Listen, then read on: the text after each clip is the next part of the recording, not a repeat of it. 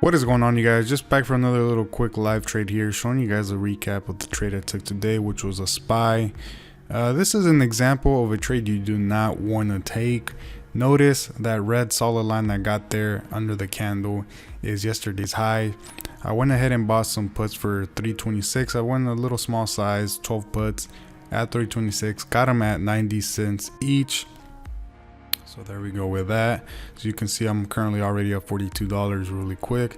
Not really looking at that, just trying to assess the situation here.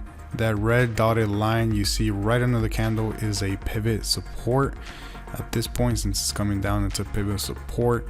The thing is, it's kind of bouncing off that, but it's not really because of that. It's that whole number 326. So in reality, I was trying to go in under that 326 area, just because it's the pivot point right there. It's a whole number there. Right off the bat, it looked like a good trade, but as soon as I got in the trade, I realized, hey, you know what, I messed up. I got yesterday's highs, which is that solid red line. I got yesterday's highs there. Let's see if we can get to that area. Let's see what it's going to do there. Is it going to bounce? Is it going to reject? What is it going to do? So at this point, that's what I'm trying to find out now. Just looking at the chart, not really focused on anything else right now. Just looking at my other charts as well. Apple looked like it was ramping up, Facebook as well, AMD as well. Pretty much a good indication that the market was trying to go higher. We were up, 0.50% at this point, and the market was green on the day. Pretty much, wondering, is it going to close the gap and then bounce up? What's going to happen? This is something that happens when you get in a trade rush. You're not really prepared. Usually, like I tell you guys, I like to wait 30 minutes. In this case, I did not.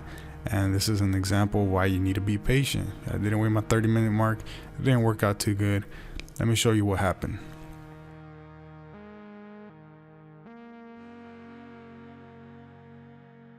So at this point, the market continues coming downwards. I've sped up the video a little bit so you guys don't have to watch all the boring time that goes on. So the market comes down. At this point, I've noticed it doesn't like going lower anymore. Bouncing off yesterday's highs, pretty much just going to close the gap, the little gap we have there. So at this point, I'm thinking, you know what, I'm just going to sell my 10 puts, leave 2 on, see what happens. So I get in the trade, sell 10 puts there at $1 each, make $100 on the day, and I got 2 left. Now the 2 left at this point, when it comes down even lower, right now I'm up about $150 at this point. Right here, I'm up $150.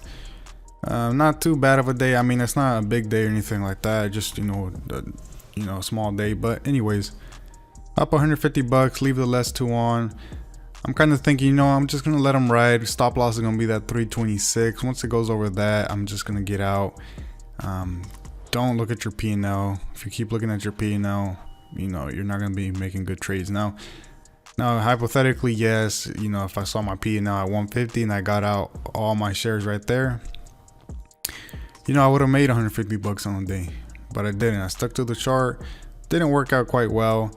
326 on my stop loss. It comes over that 326, and as you can see, it's just playing around there, just holding on to those last 2. It looks like it wants to bounce, and that's what it's gonna do. So at this point, I'm thinking, okay, you know what? I think that it's a good time to go long. If it goes over, 326.15, it's a good place to go long. It's just right above that body of that candle there. But also in reality, you got to make sure, you assess the situation. The market's really, really extended. How high can we go? At this point, it's all pretty much a gambling game here. Just trying to wait and hold on. It comes back to 325.94, 90. Just trying to wait and hold on. I actually forgot to record the screen on my P&L, so you guys can't see that. I forgot to record that, but just take my word for it. It's not a big day anyways. I only made $100. Let me look at my chart. I made $92 to be exact. So not a big day at all. Nothing special. So as it comes down back here, it's right above my stop loss at 326. Just letting it play around a little bit, just seeing because you want to give it a little bit of room. Notice it's coming back up, and I get out. Now later on it does come back down, but in reality, how would I have known it's going to come back down? You know, you can't play woulda, coulda, shoulda. So that's it for this video. If you like it, thumbs up. If you don't, thumbs down. Let me know what you think below. Stay tuned for the next video, and hopefully you guys learned a thing or two on how to be patient and don't follow what I did right now.